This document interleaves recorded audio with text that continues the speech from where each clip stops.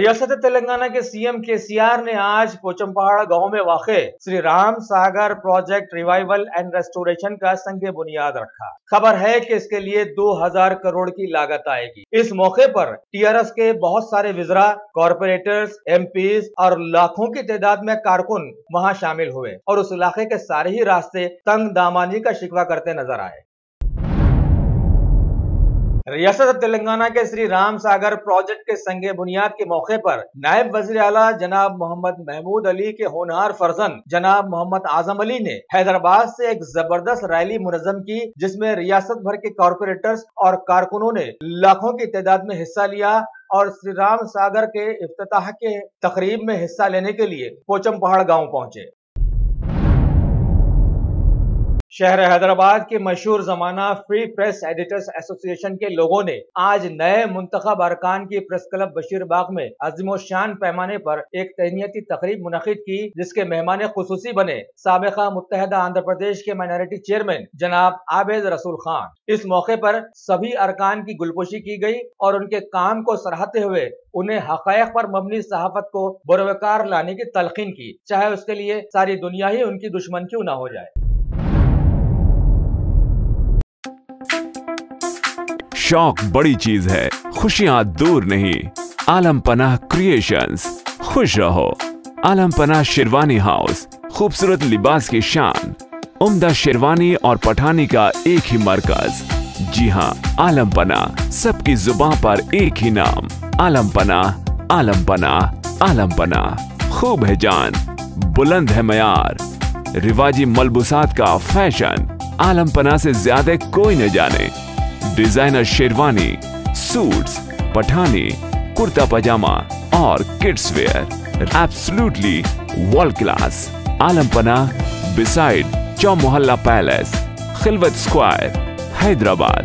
Contact 04024501565।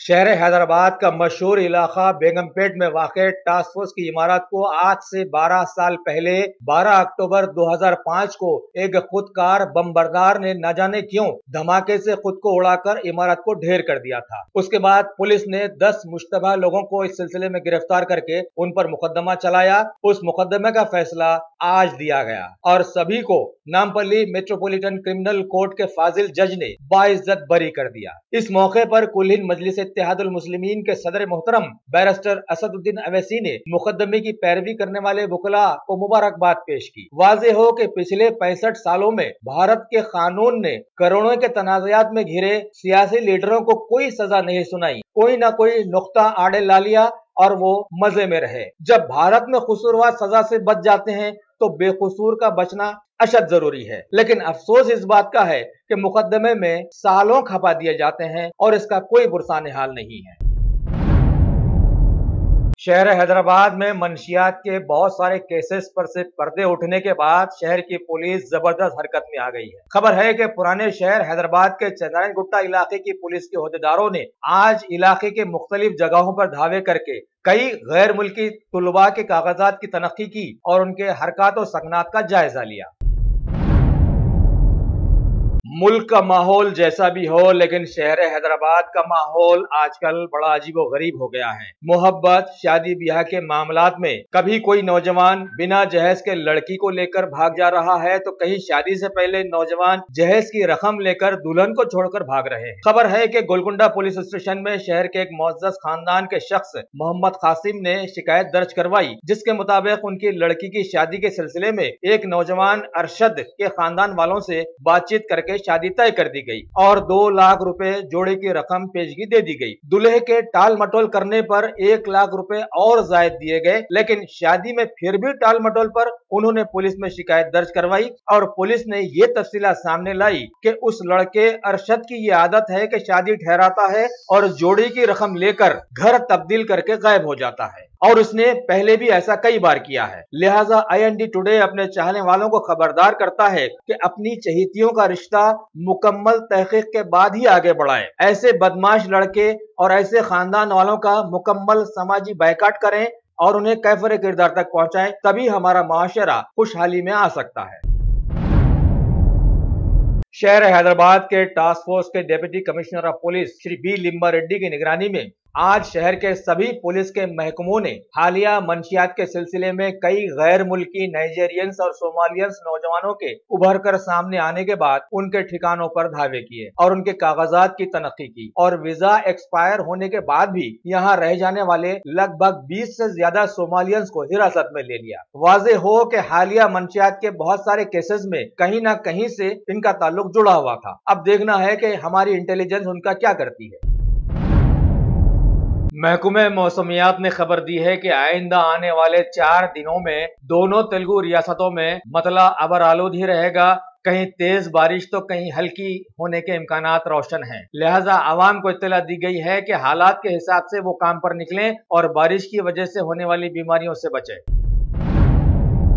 Advance technology के दौर में एक जाना पहचाना नाम, एक ही छत के नीचे तमाम सहूलियात से आरास्ता, हर किस्म की सर्विस दस्तयाब, माहिर टेक्नीशियंस की निगरानी में रिपेयर्स की भी सहूलत, इस्तेमाल शुदा मुकम्मिल पीसी और लैपटॉप्स 5,6,000 के ऑफर्स में दस्तयाब। अलावा सीसीटीवी कैमरे वगैरह की खिदमत के लिए भी हमसे राब्ता कर सकते हैं। तो फिर सोचना कैसा, आइए और खिदमत का मौका दीजिए। हमारा पता top selection computers, sale service, wholesale and retail, Vijayanagar colony beside Rayan hotel, Hyderabad.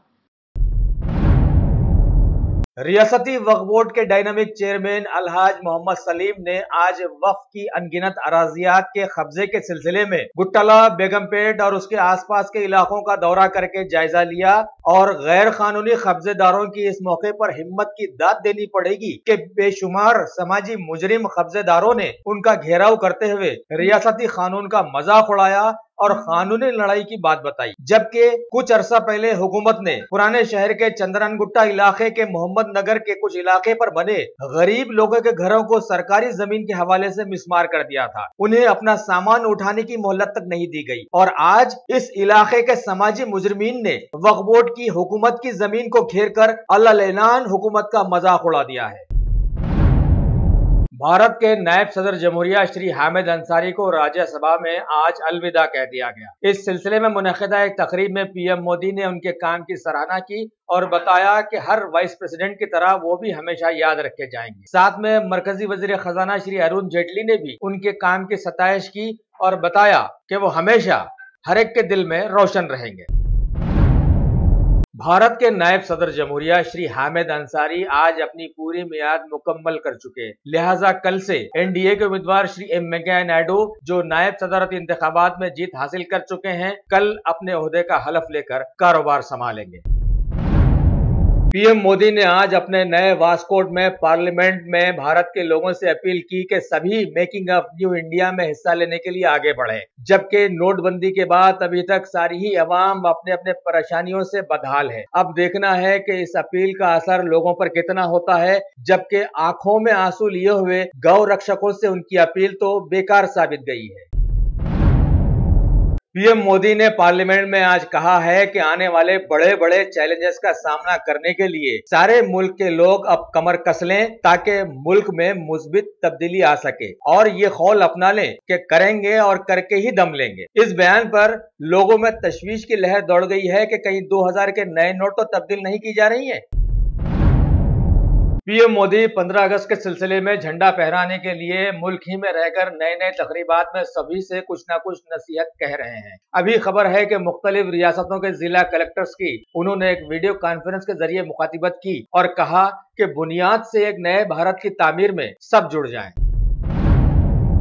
BJP के कौमी सदर श्री अमित शाह की गुजरात से राज्यसभा के लिए चुने जाने की खुशी के साथ साथ पार्टी के बतौर सदर 3 साल मुकम्मल करने के सिलसिले में आज पार्लियामेंट में उनका खैर मकदम करते हुए उनका मुंह मीठा किया गया। भारत की वजारत पेट्रोलियम ने आज बायोफ्यूल के सिलसिले में नई पॉलिसी को पेश किया। मुतल्लिका वजीर श्री धर्मेंद्र प्रधान ने कहा कि पीएम मोदी के कहने पर उन्होंने नई पॉलिसी तदवीन की है। मुल्क में 80% फ्यूल ट्रांसपोर्टेशन के लिए सर्फ होता है जो कि बरामद किया जाता है, लिहाजा इस नई पॉलिसी से उसमें बहुत ज्यादा कमी वाक़ई हो जाएगी।